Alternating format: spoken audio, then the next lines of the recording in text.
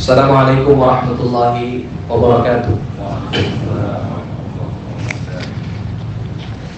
Innal hamdalillah nahmaduhu wa nasta'inuhu wa nastaghfiruh wa na'udzu billahi min shururi anfusina wa sayyiati a'malina. May yahdihillahu fala mudilla lahu wa may yudlil falan tajida lahu waliyyan mursyida. Asyhadu an la ilaha illallah wahdahu la syarika lahu wa asyhadu anna Muhammadan 'abduhu wa rasuluhu sallallahu alaihi wa ala alihi wa ashabihi wa sallama tasliman katsira. Qala Allah Ta'ala fil Qur'anil Karim, ya ayyuhalladzina amanu ittaqullaha haqqa tuqatih wa la tamutunna illa wa antum muslimun. Fa inna asdaqal hadithi kitabullah azza wa jalla wa khairal hadi hadi Muhammadin sallallahu alaihi wasallam wa syarrul umuri muhdatsatuha fa inna kulla muhdatsatin bid'ah wa kullu bid'atin dhalalah wa kullu dhalalatin finnar. Allahu akbar, Allahu akbar, la ilaha illallah, Allahu akbar walillahil hamd. Hadirin jamaah salat Idul Fitri rahimakumullah. Pada kesempatan khutbah yang berbahagia ini, khatib memberikan 5 nasihat untuk kita semua. Mudah-mudahan nasihat ini bermanfaat bagi kita semuanya. Yang pertama, nasihat untuk kita semua. Mari sama-sama setelah Ramadan berlalu, kita jaga ketakwaan ini agar tetap ada dalam diri kita. Allah Ta'ala mensyariatkan ibadah puasa tujuannya agar kita menjadi orang bertakwa. Bukan ketika di bulan Ramadan saja, tapi setelah bulan Ramadan berlalu. Sesuatu hal yang baik adalah kita pindahkan kebiasaan takwa kita setelah Ramadan berlalu. Jangan kita ingin menjadi orang-orang yang menyembah Allah di bulan Ramadan saja, tapi setelah itu kita tidak mengenal Allah Subhanahu wa Ta'ala. Untuk menjaga ketakwaan kita agar senantiasa ada pada diri kita, ada 5 tuntunan yang perlu kita pegang selama kita hidup. Insya Allah ketakwaan itu akan senantiasa ada pada diri kita. Yang pertama, khusus bagi laki-laki, jangan tinggalkan sholat berjamaah.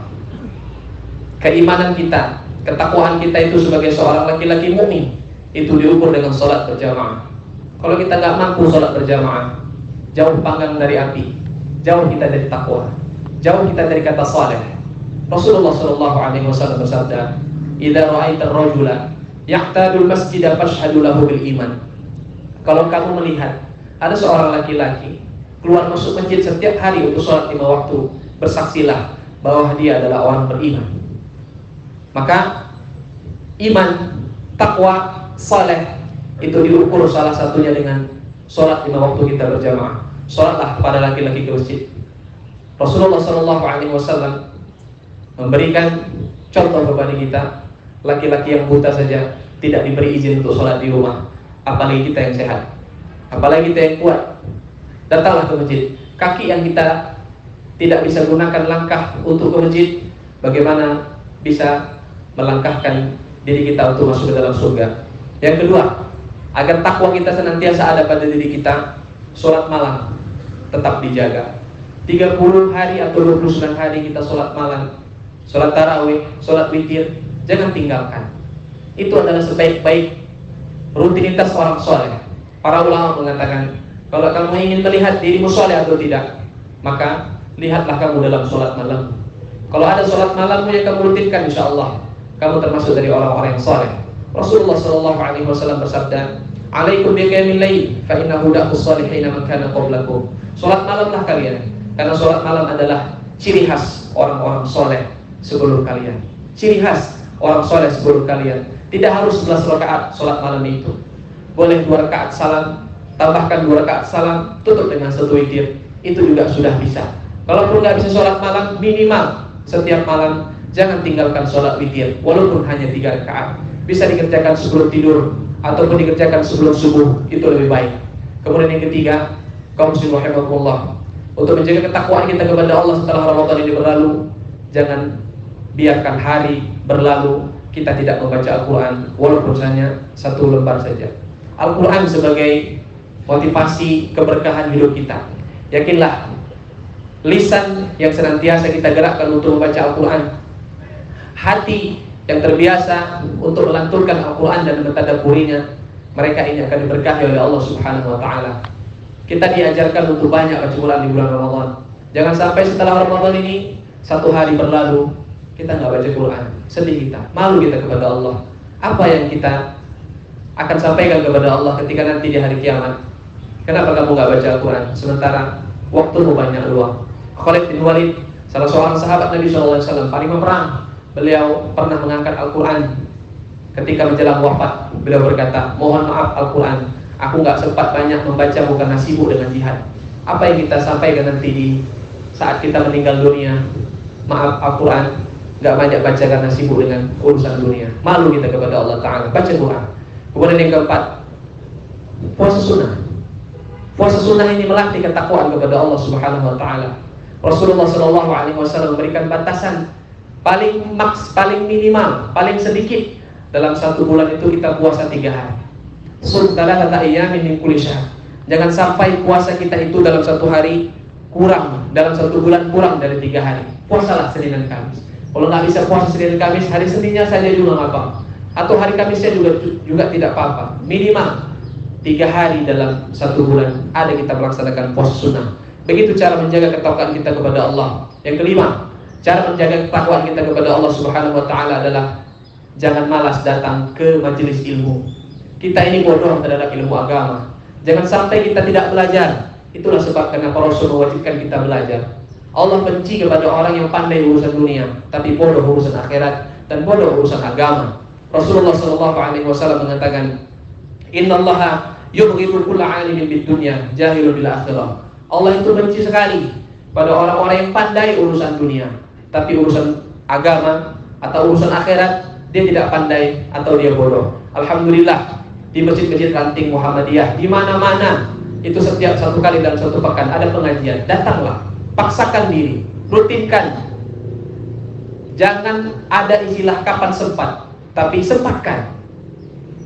Karena ilmu itu adalah ibarat makanan bagi ruh kita. Kalau ruh kita nggak kita kasih makan, dia akan lemah. Dan makanan terbaik ruh kita adalah ilmu. Hidup kita ini, iman kita ini seperti handphone. Kalau nggak kita cas, maka akan low baterainya, habis, padam. Begitulah dengan iman kita. Kalau tidak kita cas, maka dia akan lemah. Dan cara terbaik mengecas iman kita adalah dengan duduk di pengajian dan majelis ilmu. Kaum muslimin rahimakumullah. Nasihat yang kedua. Pada kesempatan khutbah ini, nasihat yang kedua saya tujukan kepada seluruh orang tua. Dengarkan ini baik-baik. Mudah-mudahan ada manfaatnya. Mudah-mudahan ada keberkahan bagi seluruh orang tua. Para ulama mengatakan, kun walidan barron liwaladika. Hai para orang tua, jadilah kamu orang tua yang berbakti kepada anakmu. Jadilah kamu orang tua yang berbakti kepada anak-anakmu. Ini istilah baru yang selama ini kita dengarkan. Jadilah anak yang berbakti kepada orang tua. Padahal sebelum orang tua menuntut bakti dari anaknya, dia harus berbakti kepada anaknya terlebih dahulu. Ada 4 cara bagaimana seorang tua itu dikatakan berbakti kepada anaknya. Yang pertama, jadilah orang tua yang soleh. Sebelum kita nuntut anak yang soleh, jadilah kita orang tua yang soleh. Bagaimana mungkin kita bisa mewariskan kesolehan kepada anak sementara kita tidak jadi orang yang soleh? Bagaimana mungkin kita pengen jadi anak yang sholat 5 waktu, tapi kita nggak sholat 5 waktu? Kesolehan adalah bukti bakti terbesar orang tua kepada anak. Ingat para orang tua, warisan termahal yang kita wariskan kepada anak-anak kita itu bukan harta, bukan yang lain, tapi adalah kesolehan yang kita tinggalkan sebelum kita meninggal dunia. Itu adalah sebaik-baik orang tua. Yang kedua, kategori orang tua itu dikatakan berbakti kepada anak adalah pastikan para ayah, para ibu, pastikan anaknya sholat. Pastikan anak kita sholat. Jangan biarkan mereka nggak sholat. Jangan tersenyum wajah kita kalau anak kita nggak sholat. Jangan diam kalau anak kita nggak sholat. Orang tua yang gagal adalah orang tua yang punya anak tapi anaknya nggak sholat. Percuma mereka jadi orang hebat, percuma mereka jadi pejabat, percuma mereka jadi orang kaya, tapi untuk meletakkan keningnya di lantai pun mereka nggak mampu. Bukan nggak mampu, tapi nggak mau. Siapa yang salah? Ayah dan ibunya.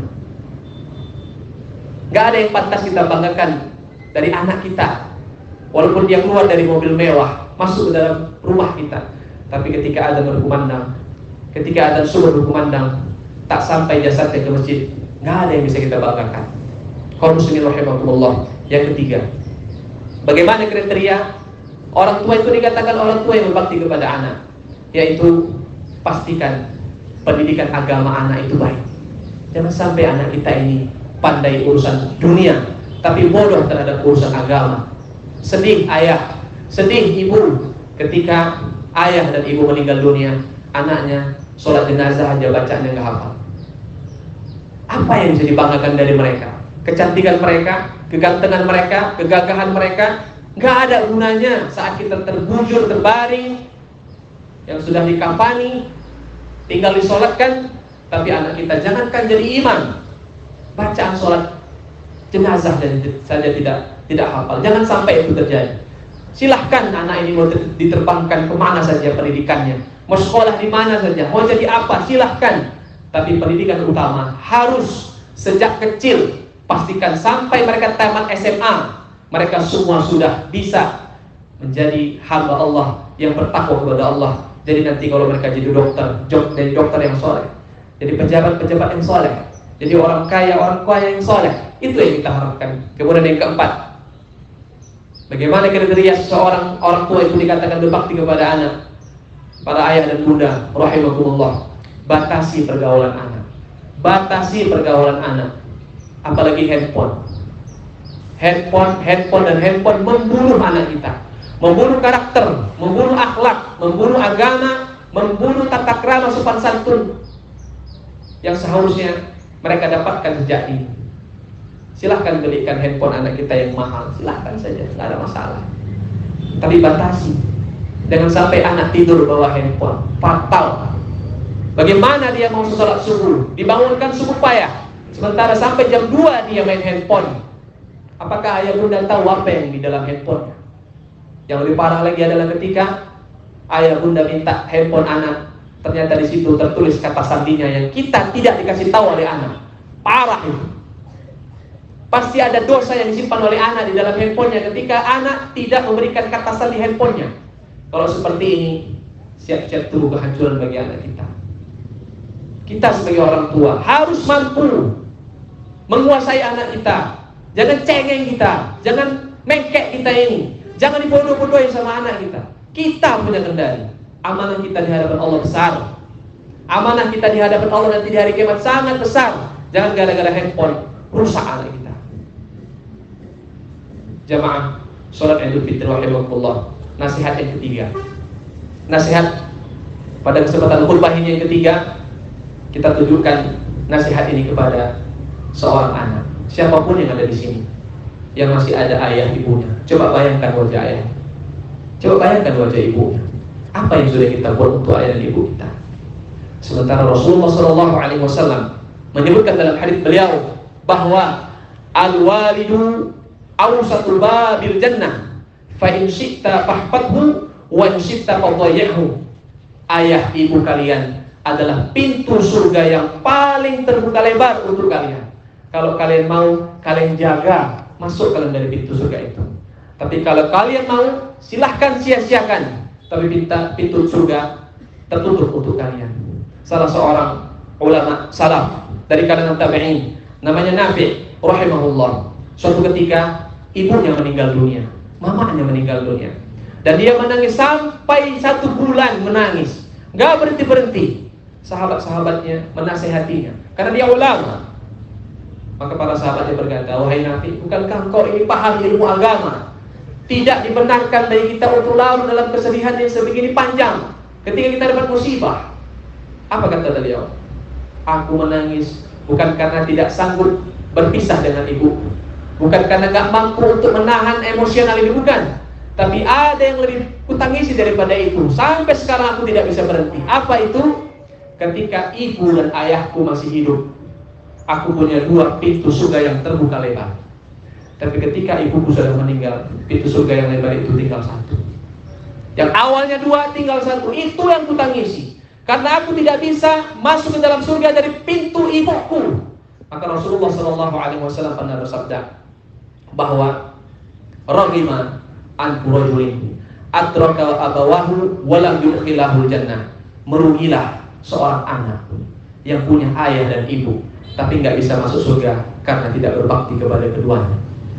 Kaum muslimin rahimahumullah, selagi ayah ibu kita masih ada, ayo bahagiakan mereka. Bahagiakan mereka. Senyumkan mereka. Jangan buat masalah. Jangan buat kecewa, apalagi sampai menangis. Abdullah bin Abbas radhiyallahu anhu, salah seorang sahabat Nabi SAW, ditanya oleh murid-muridnya, kabarkan kepada kami kategori durhaka seorang anak kepada ayah ibunya itu seperti apa yang paling ringan. Maka beliau mengatakan, kamu berdiri di sini, ayah ibumu duduk di hadapanmu, di bajunya ada debu, buat kamu bersihkan seperti ini, dan debunya terhirup oleh kedua ibu dan bapakmu, cukuplah kamu dikatakan anak yang durhaka kepada ibu dan bapakmu. Begitulah kedudukan orang tua, begitulah posisi orang tua. Anak-anak jangan suka merajuk, anak-anak jangan suka ngambek sama orang tua. Silahkan kesal, tapi disimpan dalam hati, jangan pernah dilampiaskan. Orang tua tidak berhak mendengar kata-kata kasar dari kita. Gak ada hak kita untuk berkata kasar kepada orang tua, walaupun mereka salah. Kita tetap tunduk, patuh, selagi mereka tidak berbuat maksiat dan tidak menyuruh kita berbuat maksiat. Hadirin rahimahullah, yang sudah meninggal orang tua, apa yang bisa kita buat sekarang? Sekarang kita jadi orang hebat. Bapak-bapak yang ada di sini sudah jadi orang hebat. Rezeki lapang, pendidikan tinggi, kedudukan sosial juga ada, harta melimpah. Yang hebat bukan kita, yang hebat bukan kita, yang pinter bukan kita, yang jago bukan kita, tapi ayah ibu kita. Kita belajar di pagi hari, kemudian kita tidur di malam hari. Mama kita nggak tidur, angkat tangan, mereka berdoa kepada Allah, ya Allah, anakku sukses. Apakah kita lupakan begitu saja jerih payah orang tua kita? Orang tua kita yang sudah di kuburan, sudah meninggal. Ayah kita sudah puluhan tahun meninggal dunia. Tapi ingat, kita pun ini, walaupun kita sudah punya anak, bahkan punya cucu, selagi kita masih hidup, ingat satu hal, masih ada kedua orang tua kita yang menunggu doa-doa dari kita. Sederhana ulama mengatakan, kama tadinu tudan, sebagaimana yang kamu buat kepada orang, atau sebagaimana yang kamu buat kepada ayah dan ibumu, maka itulah yang akan dibuat oleh anakmu kepadamu. Contoh, sekarang kita malas doakan kedua orang tua kita, bapak ibu. Jangan harap anak kita nanti akan mendoakan kita. Allah tidak mengkhianati orang-orang yang berbuat baik, dan Allah Subhanahu wa ta'ala tidak lupa kepada orang-orang yang berbuat jahat. Kalau kita rutin, rajin mengawali doa kita dengan membaca Rabbighfirli wa liwalidayya warhamhuma kama rabbayani shaghira, maka orang tua kita di kuburan tersenyum, berbahagia, sampai bertanya kepada Allah, ya Allah, dari mana aku dapatkan kebahagiaan ini? Kok tiba-tiba aku bahagia di kuburan ini? Apa kata Allah Subhanahu wa ta'ala kepadanya? Hadza min istighfari waladika laka. Kamu tahu ini dari mana? Ini adalah doa-doa dari anakmu. Sekali saja kita baca Rabbighfirli wa liwalidayya warhamhuma kama rabbayani shaghira, kebahagiaan orang tua kita di kuburan itu tidak bisa kita bayangkan bahagianya mereka. Jamaah kaum muslimin rahimahullah, jadilah anak yang saleh. Jadilah anak yang saleh. Karena kesolehan kita, setiap ibadah yang kita lakukan, apakah ibadah wajib ataupun ibadah sunnah, semuanya nanti akan kembali kepada kedua orang tua kita pahalanya. Sekarang kita sholat Idul Fitri, ayah ibu kita sudah meninggal dunia di kuburan, mereka dapat kucuran pahala dari sholat Idul Fitri kita. Sedekah yang barusan kita lempar-lemparkan itu, berapapun jumlahnya, ayah ibu kita tersenyum, bahagia, senang. Kenapa? Karena mendapatkan kiriman pahala dari sedekah kita. Walaupun tidak kita niatkan secara khusus sedekah itu untuk orang tua kita yang sudah meninggal dunia, tapi ingat bahwa anak yang soleh itu adalah hasil dari karya orang tuanya.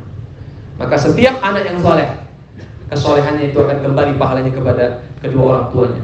Hadirin jamaah sholat Id rahimakumullah. Nasihat yang keempat untuk suami dan istri. Wahai para suami, kita punya amanah besar untuk mengantarkan istri-istri kita ke dalam surga Allah Subhanahu wa taala. Kita punya amanah besar untuk menyelamatkan mereka dari api neraka. Ku anfusakum wa ahlikum nar, selamatkan dirimu dan keluargamu dari api neraka. Keluarga itu istri kita. Istri kita ini memang bukan orang baik, bapak-bapak. Istri kita ini mungkin bukan yang terbaik, tapi yakinlah dia itu sudah berusaha menjadi yang terbaik bagi kita dan anak-anak kita. Hargai dia. Jangan berkata kasar kepada. Kita pengen istri kita berkata lembut, berkata sopan kepada kita, tapi kita lupa bahwasanya apa yang kita tanam itu yang kita panen. Kata-kata kasar, cacian, makian, hinaan, kata-kata yang menyakiti hati, itu yang kita torehkan kepada istri-istri kita, itu akan dibalas dengan hal yang serupa. Jangan semena-mena kepada istri kita. Banyak kesalahannya memang, banyak kekurangannya memang, banyak membuat kita kesal memang. Tapi Rasulullah SAW berpesan kepada kita semuanya bahwa apabila ada keburukan pada istrimu yang satu, istrimu pada satu keburukan, masih banyak lagi kebaikan-kebaikan yang ada pada dirinya, maka ridhoi dia. Para istri juga sama. Suami ibu mungkin bukan suami yang baik, bukan suami yang terbaik, tapi dia sudah berusaha maksimal, bekerja, mencari nafkah, mendidik anak-anaknya, memberikan yang terbaik kepada istri dan anak-anaknya. Hormati suami, jaga lisan, jaga sikap, jaga tutur kata. Jadilah istri yang salehah, jadilah suami yang saleh. Insya Allah dengan kesolehan seorang istri dan kesolehan seorang suami ditambahkan dengan ilmu agama yang baik, insya Allah rumah tangga akan sakinah, mawaddah, warahmah. Kemudian yang kelima yang terakhir, nasihat pada kesempatan khutbah ini adalah nasihat bagi seluruh kaum muslimin kita semuanya. Ada dua nasihat saja untuk kita semuanya. Yang pertama adalah maafkan kesalahan orang sebelum dia minta maaf. Maafkan kesalahan orang sebelum dia minta maaf. Dalam Al-Quran tidak ada perintah kita minta maaf kalau kita salah. Yang ada itu perintah memaafkan. Makanya memaafkan itu berat. Ketika memaafkan itu berat, maka pahalanya juga besar. Mari kita simak ayat Al-Quran. Allah Subhanahu wa taala berfirman, "Wal ya'fu wal yasfahu, ala tuhibbuna an yaghfirallahu lakum." Maafkanlah dan ikhlaskan kesalahan orang. Tidakkah kalian ingin diampuni dosa-dosa kalian oleh Allah? Maka dari ayat ini dapat kita ambil kesimpulan bahwasanya orang-orang yang mampu memaafkan kesalahan orang lain, maka Allah akan berikan ampunan kepadanya. Hati kita ini jangan sampai tersimpan sifat dendam kepada orang lain. Allah hanya Maha Pemaaf, Allah Maha Pemurah, Allah Maha Pengampun. Kita belajar dari situ. Tidak ada gunanya kita dendam sama orang. Biarkan orang menzalimi kita, maafkan saja. Maafkan dan maafkan. Pahala orang memaafkan itu tidak ada batasnya. Nasihat yang kedua untuk seluruh kaum muslimin, balas keburukan orang dengan kebaikan. Balas keburukan orang dengan kebaikan. Ini yang disebut dengan istilah mental bonus. Apa maksudnya? Ketika orang berbuat buruk kepada kita, ketika orang menzalimi kita, tapi kita mampu membalas dengan kebaikan. Wa ma yulaqaha illa alladziina sabaru wa ma yulaqaha illa dzu hazzin 'adzim. Tidak akan mampu orang-orang itu bisa membalas keburukan dengan kebaikan kecuali orang-orang yang sabar dan orang-orang yang mengharapkan pahala yang besar dari Allah Subhanahu wa taala. Lupakan kebaikan kita kepada orang dan ingat kebaikan kita kepada orang lain. Lupakan kesalahan orang kepada kita dan lupakan setiap kebaikan yang pernah kita berikan kepada orang lain. Mudah-mudahan khutbah yang singkat ini menjadi nasihat bagi kita semuanya. 5 hal yang perlu sama-sama kita hayati bersama pada kesempatan khutbah ini.